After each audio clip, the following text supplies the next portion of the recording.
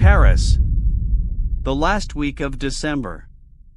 A city of rain, secrets, and second chances. I never believed in fate, but the night I first saw her, everything in my life shifted. This was supposed to be my last heist. Instead, it became the beginning of the only story worth telling.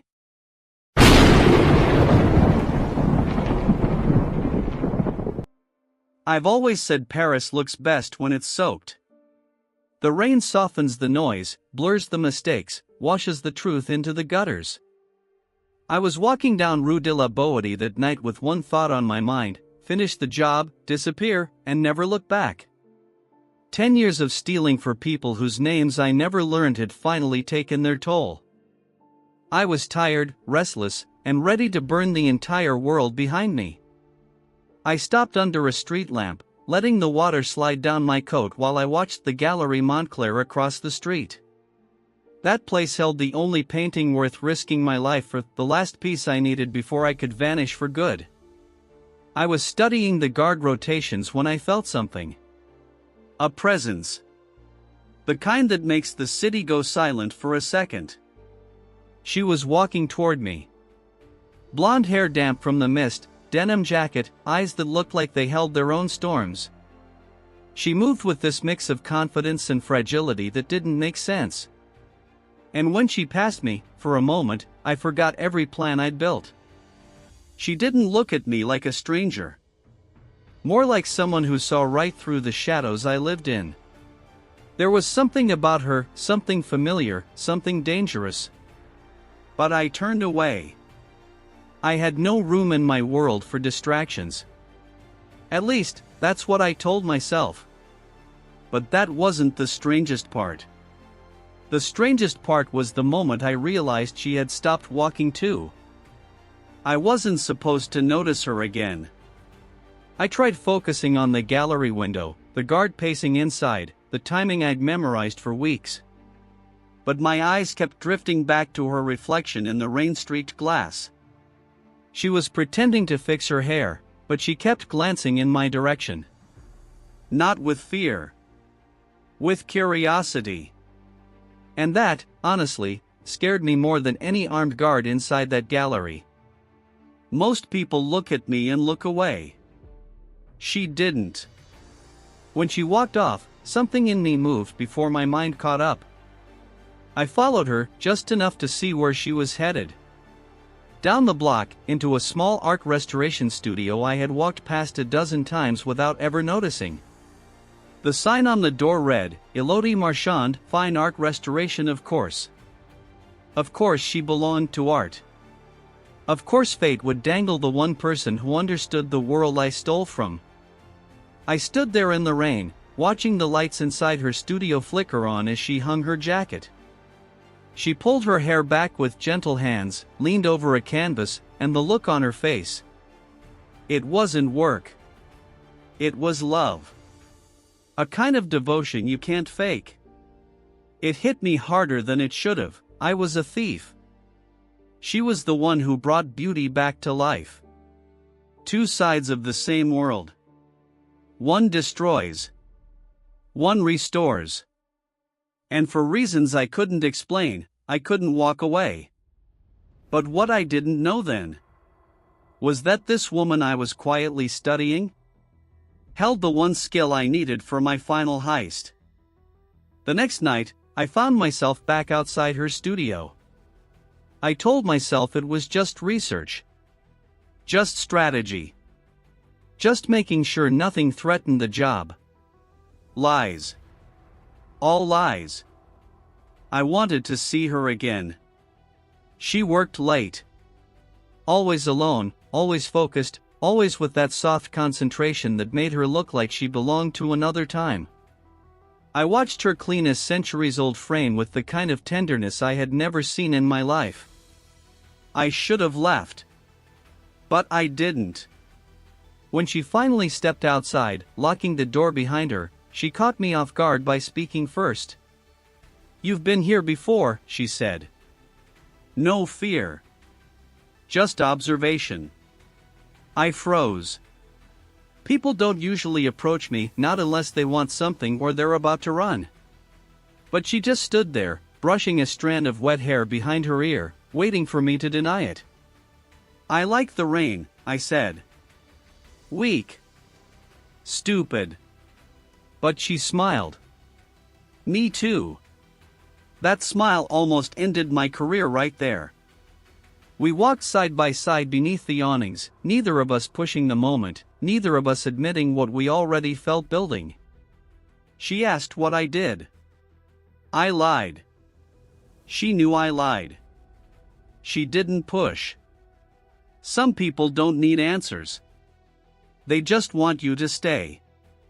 And for the first time in years, I didn't feel like leaving. But that night held a truth I still hadn't faced. Élodie Marchand was about to become the most important part of my final job. And I hadn't even told her my real name. I didn't plan on seeing her again so soon. But Paris has this way of pushing two people together when it knows the collision will matter. 2 nights after our walk, I stepped into the Galerie Montclair for the first time, not as a thief, but as a guest. I needed to study the layout from the inside. The alarms, the lights, the people who'd notice a face like mine. But the moment I walked in, every detail faded, because she was there. Élodie stood near the center of the gallery, her eyes tracing the cracks of a 19th century portrait. She wasn't restoring it, just admiring it. And she didn't see me right away. It gave me a moment to watch her in silence. The way she bit her lip when she concentrated. The way her fingers hovered over the canvas as if she could feel the artist breathing beneath it. When she finally turned, it was like she already expected me. "You're following me again," she said softly. "Maybe you're just everywhere I go," I replied. She laughed. God. I hadn't heard a sound like that in years. It wasn't loud or careless. It was warm, like she trusted me more than she should.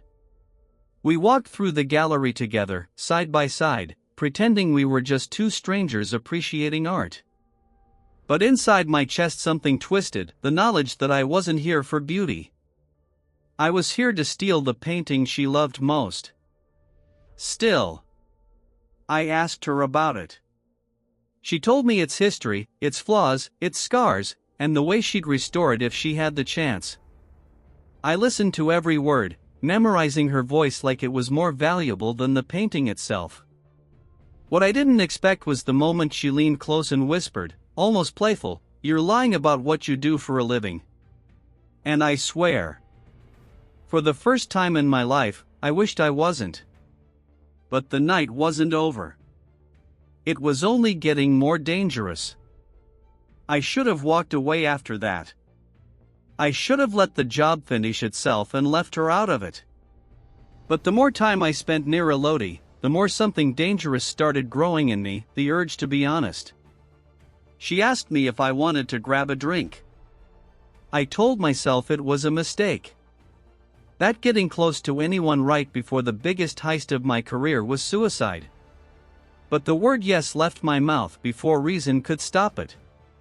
We ended up in a dim little bar tucked behind Place Vendôme. Warm lighting, soft jazz, the kind of place where secrets settle instead of echo. She ordered wine, I ordered whiskey. She sat across from me, elbows on the table, studying me with a curiosity that felt almost intimate. "You don't talk like a man who works in finance," she said. "That's because I don't." "Then what do you do?" I looked at her, at the sincerity in her eyes, at the innocence she didn't even know she carried. And I lied again. But something in my face must have cracked, because she leaned forward, lowering her voice. "It's okay," she whispered. "You'll tell me when you're ready." The softness in her words hit me harder than a gun to the chest. Later, when she walked me out to the street, the cold air wrapped around us. Our hands brushed once, then again, and I felt her pause. Just slightly. And when she looked up at me, Paris reflected in her eyes like a promise. I wanted to kiss her. God, I wanted to. But I stepped back. Good night, Élodie. She smiled at me, slow, knowing, devastating. Not for long, Matteo. And right then, I knew I was in trouble. The next morning should have been routine. Wake up. Study the security feed. Finalize the blueprints. Cut off every emotional thread before it became a weakness. Instead, she was all I could think about. I tried drowning myself in planning. I laid out every detail of the heist, the timing of the guards, the blind spots, the way the laser grid in the west corridor glitched every 53 seconds. I was perfecting an operation that was supposed to secure my freedom. But my mind kept drifting back to the way she laughed, the way she tilted her head when she was curious, the way she waited for answers I never gave. Around noon, my burner phone buzzed with a number I didn't recognize. Are you free tonight? Her voice. Soft. Calm. Confident. Depends, I said, trying to sound casual. Who's asking? You know exactly who's asking. I closed my eyes. She had no idea how deep she was stepping into my world. And how deep I was sinking into hers. We met near the river that night. The Seine was quiet, just the two of us and the glow of the city reflecting off the water.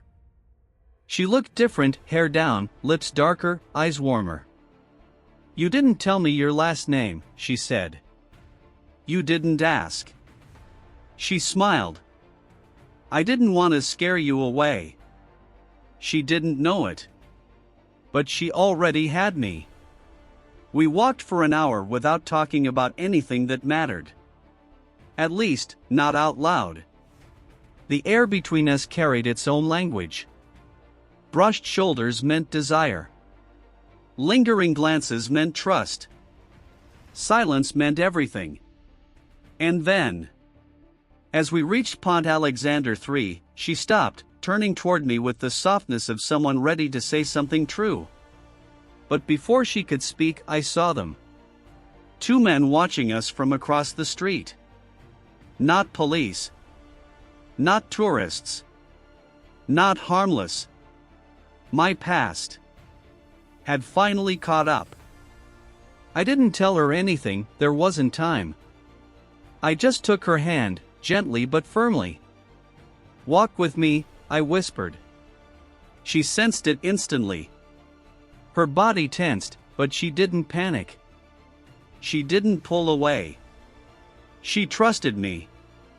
We moved calmly, step by step, like a couple strolling the river at night. But my mind was racing. The men behind us kept a steady distance, never too close, never too far. Professionals. I recognized the rhythm. Hired watchers. The kind who didn't miss. Matteo, she whispered. Just keep walking. Her fingers tightened around mine. God. Lightning hit my chest when she did that. Not fear. Connection. Like she knew something was wrong and still chose to stay beside me. We crossed the bridge, blending with a small crowd of tourists taking photos despite the cold. I used their movement as cover, guiding Élodie toward a narrow street where I knew I could disappear if needed. When we turned the corner, I let her go. Listen to me, I said. If anything happens, no. She said it so quickly, so sharply, that it stunned me. No, she repeated. You don't get to push me away. Not tonight. Not like this. Her voice trembled, not from fear, but from knowing. You're in danger, she whispered. I swallowed hard. I always am. She stepped closer, her breath mixing with mine in the cold. Then let me in, she said. Tell me the truth. A car slowed at the end of the street. The watchers. And right then, I realized I had two choices: lie to her again, or pull her into the darkness with me. The decision I made in that moment changed everything. And the consequences? They weren't coming someday. They were already here. I didn't have time for poetry or hesitation. The car at the end of the street rolled forward like a slow exhale, headlights slicing through the fog. I could feel Élodie's heartbeat in the air between us, even though we weren't touching anymore. "They're not here for you," I said quietly. "They're here for me." She didn't flinch. She didn't run. She didn't even look surprised. "Why?" she asked. "Because I steal the things she brings back to life. Because for years I've been on the payroll of men who don't believe in clean endings. Because this last heist wasn't just my ticket out, it was my betrayal of the people who owned me." But I didn't tell her that. Not yet. "Élodie, I need you to trust me," I said. "Let me deal with this." Her jaw tightened. "You don't get to protect me by lying." Before I could reply, the car door opened and one of the men stepped out. Thick coat, slow movements, confidence in every step. He looked at us like we were items on a list he planned to check off before midnight. Then he smiled, small, cruel, patient. "Rousseau," he said. "Your timing is getting sloppy." The sound of my last name in his mouth froze the night. He glanced at Élodie. This must be the girl. My heart dropped. "She has nothing to do with this," I said. "She does now." I moved without thinking, stepping in front of her just as the man raised his hand, not a gun, not a threat. A message. A warning I'd been running from for months. "You owe us one more job," he said. "And you're running out of days." Then he stepped back into the car, the door closing with a thud that felt final. As the vehicle pulled away, I finally turned to her. "Matteo," she whispered, "what did you do?" The truth was simple. Everything. And now, she was part of it. We didn't speak again until we reached her studio. The walk was silent, except for the sound of rain tapping the rooftops and the distant hum of traffic. When she unlocked the door and stepped inside, she looked back at me, not to invite me, but to test me. I followed her. She lit two small lamps, flooding the room with a soft amber glow. Paintings lined the walls, each one telling a story she had saved. The air smelled like varnish and lavender, a strange but comforting combination. She crossed her arms. "Tell me the truth." I removed my coat, letting the weight of the night fall with it. "I steal art," I said. "High-value pieces. Quiet jobs. Clean jobs. No violence unless someone else brings it." Her lips parted, but she didn't look shocked. Maybe she'd always known. "And those men?" she asked. "People I used to work for." "And you're quitting?" "I'm trying." She stepped closer. "But you owe them one more job." I nodded. She paced the room, her hands gently brushing the frames as she passed. "And you followed me because..." "What? I was convenient? A distraction?" "No," I said instantly. She stopped. "I followed you because you were the first real thing I'd seen in a long time." Her breath caught, just for a second. I took another step. "And because the painting I'm supposed to steal. The last one. You know it better than anyone." Silence. Heavy, dangerous, electric. "You want me to help you steal it," she whispered. "No," I said softly. "I want you to walk away from me." She looked up at me, eyes raw and impossibly green. "And what if I don't want to?" My chest tightened. Then she said something I will never forget. "Show me the plan." I shouldn't have done it. God knows I shouldn't have. But the moment she said those words, something inside me surrendered. Not to the job, but to her. I laid the blueprints out on her long wooden table. She tied her hair back, rolled up her sleeves, and leaned over the maps with a focus that made my pulse trip over itself. "You memorized guard rotations wrong," she said after a minute. I blinked. "What?" She pointed to a segment near the western corridor. "They added a temporary night guard last week. I saw him during a restoration consultation. He takes a smoke break every 40 minutes. How do you know that?" She looked at me like the answer was obvious. I noticed things. She wasn't nervous. She wasn't overwhelmed. She was excited. "This isn't you," I said.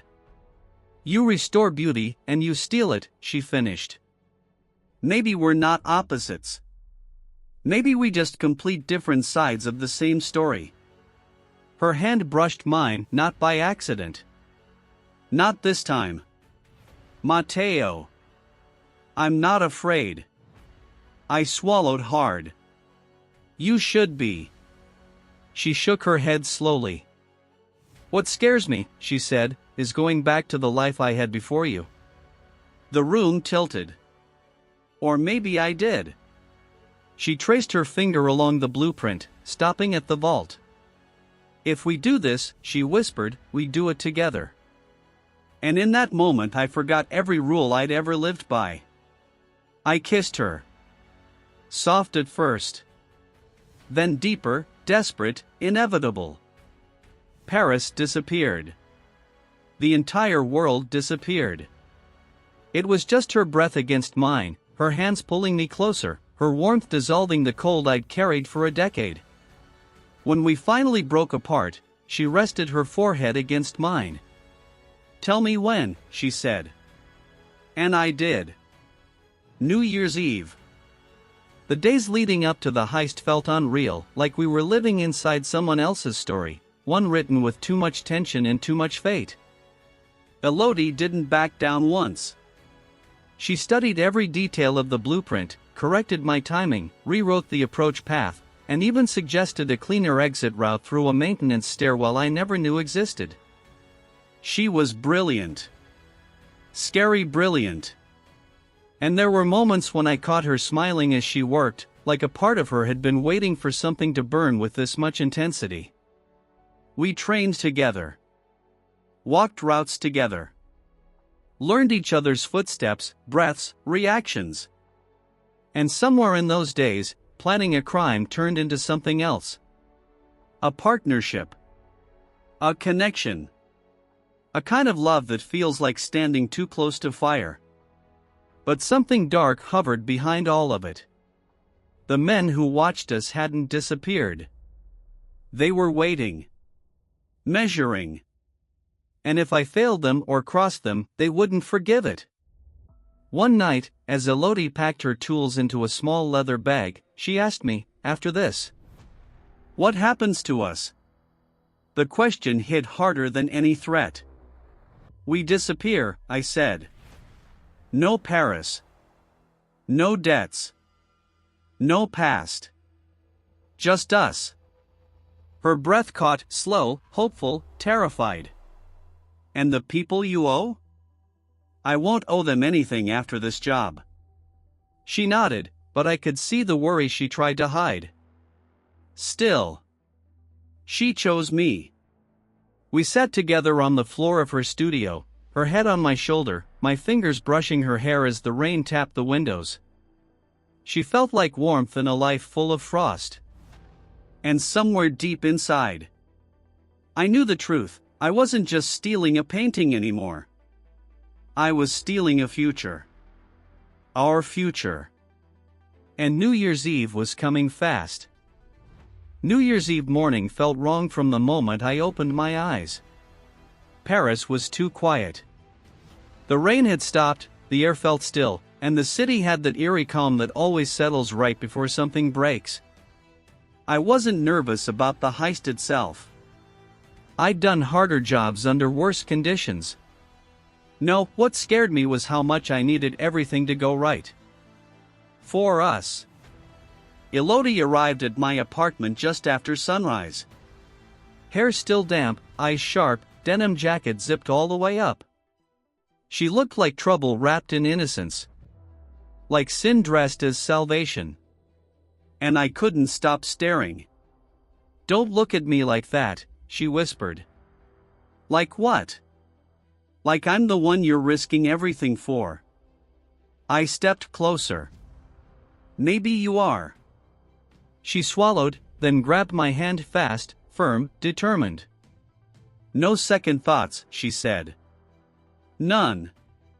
We laid out the final equipment: gloves, microcutters, signal disruptor, rope harnesses, her restoration tools, my lock picks. Side by side. Thief and restorer. Light and dark. Somehow perfect. At noon we ran the plan again. At 2 we memorized our escape. At 4 we tested our comms. At 6 we stood on my balcony watching the last sunset of the year bleed over Paris like a warning. "You ready?"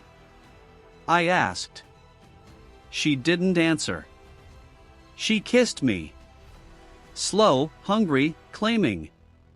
When she finally pulled back, her voice was a whisper against my mouth. "Let's finish our old lives tonight." By the time midnight approached, we were already ghosts. We reached the Galerie Montclair at 2341. The streets were alive with fireworks vendors, tourists, couples kissing under balconies. Nobody noticed 2 people dressed in black slip into a maintenance alley behind the museum. We moved without hesitation, our steps synced, our breathing aligned, our silence practiced. Inside the service corridor, Élodie took the lead. She had studied every inch of the building during restoration consultations. She knew which floors creaked, which doors stuck, which security guards were lazy. At 2347, we reached the first checkpoint. "Camera override in 3, 2, she whispered. I watched her work the disruptor like she'd been born for it. Soft hands, steady movements. Elegant, deadly precision. When the feed blinked, she didn't even look back. "Go," she said. We slid through the hallway, following the rhythmic pulse of distant alarms. My heart pounded, not from fear, but from the electric awareness of her next to me. She wasn't scared. She wasn't hesitating. She was alive in a way I'd never seen. At 2351 we reached the laser corridor. 53-second glitch, she murmured. "Starting. Now." She moved first. And God help me, watching her navigate those lasers felt like watching a miracle. Her body flowed through the beams with the grace of someone meant for sharper worlds. When she reached the end, she turned back and mouthed, "Your turn." I followed, less gracefully, but fast. When I reached her, she grinned. We were unstoppable. 2355, we reached the vault. "Ready?" I asked. She nodded. Eyes glowing. Breath steady. "Let's steal our future," she whispered. And for the first time in my life, I believed in destiny. The vault door opened with a soft metallic sigh. Inside, temperature-controlled lights glowed over rows of priceless paintings. But only one mattered, La Nuit Sauvage. A masterpiece worth more than the fortunes of everyone I'd ever worked for combined. Élodie approached it like someone approaching a sleeping god. "Careful," she whispered, her voice trembling with something between fear and reverence. She lifted the painting with expert hands while I secured the container. There was a moment, a split second, where she paused, the weight of everything settling on her shoulders. "This feels wrong," she whispered. Not because it's a crime, but because I understand the artist too well. You want to stop? I asked. She looked at me with a softness that nearly killed me. No, she said. I want to live. Really live. With you. Our fingers brushed as we sealed the painting. Electricity shot through my veins. 23:57, we started the exit route, quiet and precise. But halfway down the service stairwell, I froze. Voices. 2 floors below. Not guards. Them. The men who owned my debts. The ones who watched us on the bridge. The ones who wanted control of me, and now her. Élodie squeezed my wrist. What do we do? She breathed. For the first time in years. I didn't have a clean answer. But I knew one thing, no one was taking her from me. We cut through a maintenance hall and burst onto a rooftop terrace just as fireworks started erupting across Paris. The countdown had begun. 10, 9, 8. Voices echoing across the city like a rising storm. Élodie grabbed my hand. Matteo, look. 3 men were climbing the opposite fire escape, closing in fast. 7, 6. Run! I shouted. We sprinted across the rooftop, the cold cutting into our lungs. The painting was strapped to my back, her hand glued to mine like we were a single heartbeat. Fireworks lit the sky red, gold, silver, casting our shadows long across the rooftop. 5, 4. A shot cracked the night. Not at us, just a warning. A message, you belong to us. Matteo, she cried. 3. We reached the far edge just as another firework exploded above us, showering the city in white light. 2. I secured the rappel line, hooked it to her harness. 1. She shook her head. You first. Not a chance, I whispered. Matteo, I kissed her. Hard. Desperate. Final. Trust me. 0. We leaped off the roof together just as the sky erupted in color. We weren't falling. We were breaking free. We hit the ground hard behind an old delivery depot, our bodies rolling across wet pavement as the last of the fireworks burst over Paris.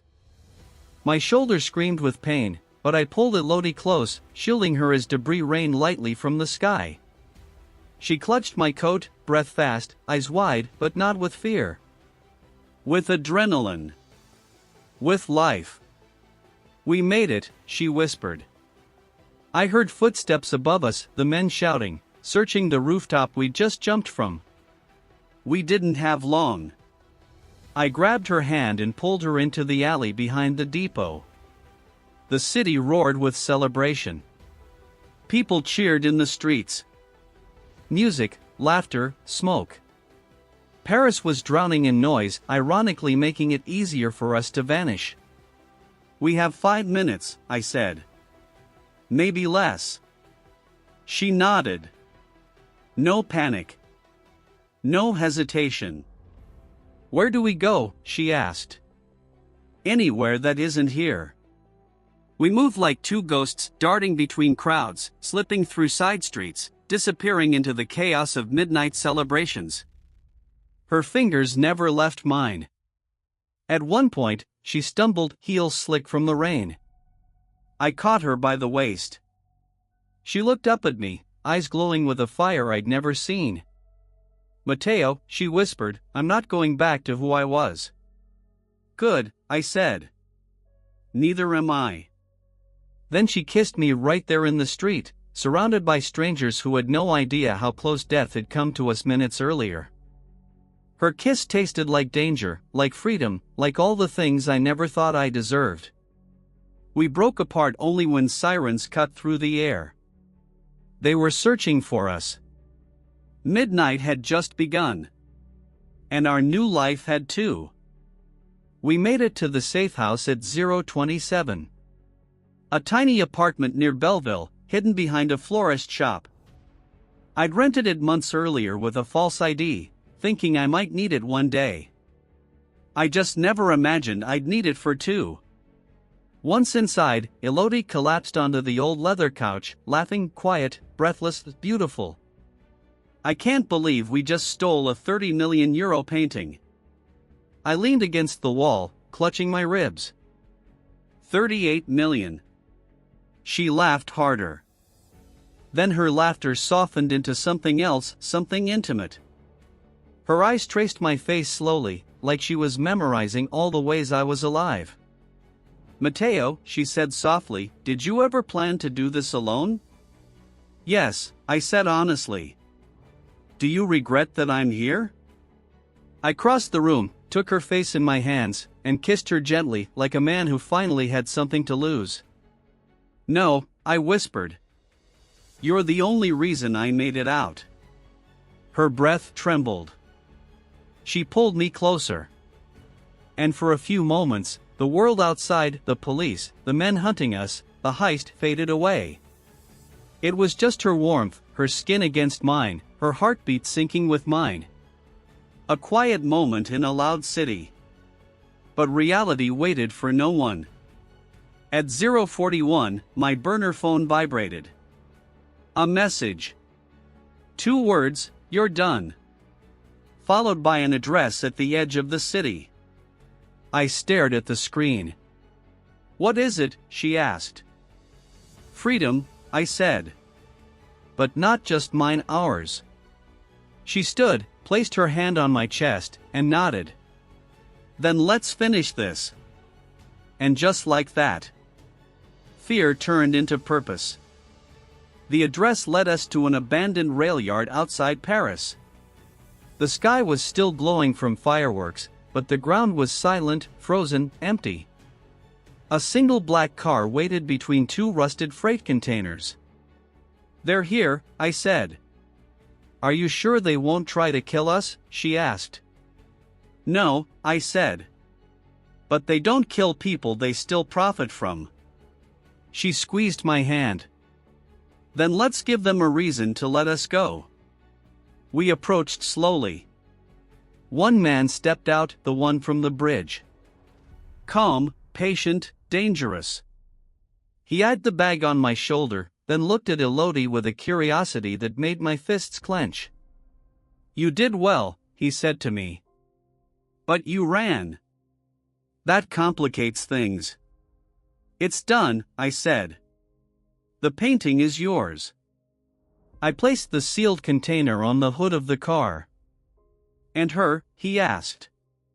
She has nothing to do with this. He smirked.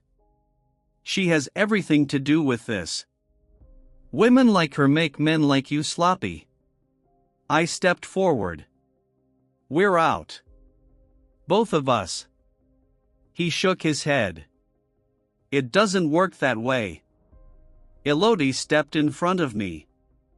It does tonight, she said. He studied her. Really studied her.